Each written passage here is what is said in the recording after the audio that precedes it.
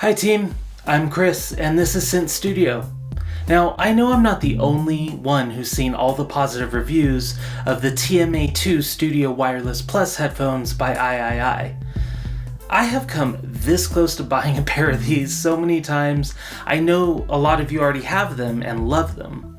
But personally, I'm glad I held off because I ended up using something I already had, which gave me all the benefits for half the cost. If you're thinking about buying the Wireless Plus, watch this first, because I'm going to show you how I spent half as much to get all the same benefits. The thing about the Wireless Plus that made me want a pair was the wireless low latency, but there were a few things that were holding me back.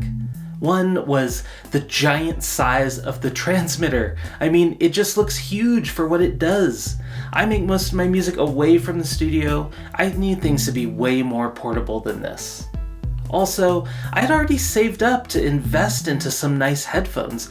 I didn't want or need a new pair just to have that wireless functionality, so spending $350 on new headphones seemed kind of wasteful to me. And finally, headphones are not the only way that I make music. I want to sit on the sofa sometimes and jam out connected to my audio interface and use my speakers. But let's get into the most important thing, the latency. Now, I think it's worth noting that AIAIAI is not the first company to make low latency wireless audio products. This isn't new technology. They're just the first to create the product specifically for music producers. Now, when I was searching for an alternative to AIAIAI's headphones, I came across some really interesting stuff, and you might find that one of these other types of products is a better fit for your unique needs, because we're all different. First, check out this wireless headphones made for watching TV at home. These things have been around for decades. I'm pretty sure my dad had a pair of these when I was growing up. Now, if you're just in a studio all day and you don't need to move around a lot, you probably don't need something with a battery in the transmitter. So a pair of these could be a really good way to save a bunch of cash. I've listed a few that seem like good alternatives down in the description. Also, if you work in a DAW most of the time, you might want to consider a pair of gaming headphones instead, like the ones in the Logitech G line. Gamers have had these low latency headphones for years, and these from Logitech are just one example. There are lots more, and I'll link to some of those too. The upside to these is that they're really more mature products, and a lot of them have high quality drivers. They're usually way cheaper than the AIAIAI's, and just like these Logitechs, they come with dedicated EQ software and all that kind of stuff. The only downside is to transmit the audio, you gotta use the included USB transmitter. But if you're like me and you usually work DAW-less, then you will want something that doesn't require a computer. Boss has their guitar-specific line of wireless systems, even wireless headphones for guitarists, plus this straight-up wireless audio transmitter receiver combo. I mean, that would do it with a few adapters probably, and it's totally portable. But the product that kept showing up in my search was weirdly something I already had, and it lets me use the headphones I already have instead of buying new ones. And that was this, the Røde Wireless GO 2 transmitter receiver combo. Now, I bought this set a while back for making videos, and it's been an awesome wireless mic setup, but it got me thinking, what if instead of using it to connect my camera to my mic wirelessly, I just used it to connect my Groovebox to my headphones or my audio interface? So I tried it. I plugged the receiver into my audio interface to send audio to my monitors, and I plugged the transmitter into the headphone port on my MPC-1, and it worked perfectly. So I tried it with all my other gear too, with all the same result. Latency so low that you couldn't tell it was wireless. It was awesome.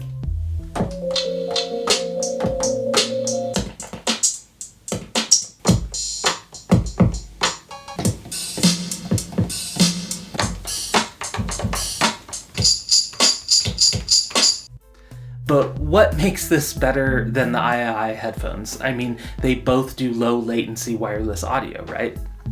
Well, for me it was three things: latency, versatility, and price. So first let's talk about latency, and then we'll get into versatility and price.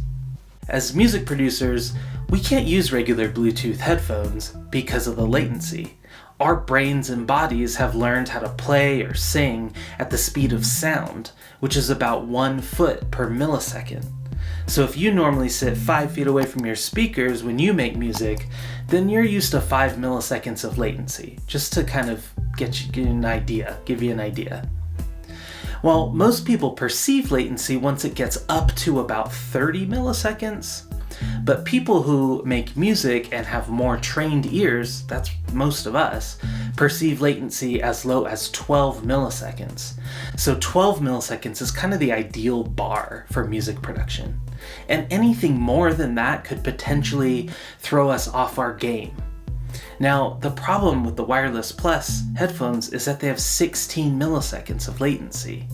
And that's why I love the Røde Wireless GO 2. Because it only has 4.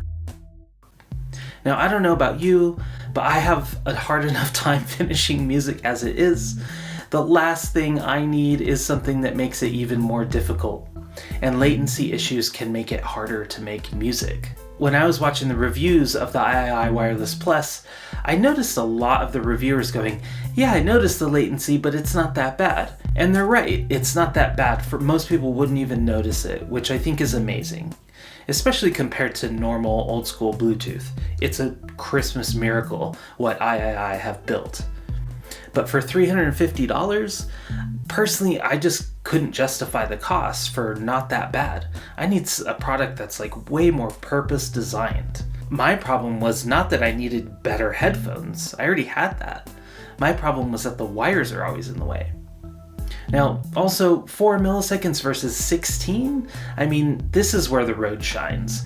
It's 4 times faster than the Wireless Plus headphones, and it's 3 times faster than any latency you could ever perceive as a human. But let's talk about practicality. How do they compare when it comes to real-world use? And I think this is the most important difference between these two products. Now for me, I have this home studio that doubles as my office for my day job. I'm not a professional music producer, I am a hobbyist. I'll sit down at my desk to mix and master tracks, but that's only like 10% of my music making time. The other 90% is when I'm actually drafting new songs, and that's when I like to chill at a cafe or move around the house or sit on the sofa where it's just me and a groove box with some headphones. Now, with the Wireless Plus, I'm stuck using headphones all the time, but what if I want to use my nice speakers that I saved up to invest into, you know? With the Røde setup, I can do that. I can just plug into the audio interface and be anywhere in the house. So that's nice. But if I do want to use my own headphones, let me show you here what I do.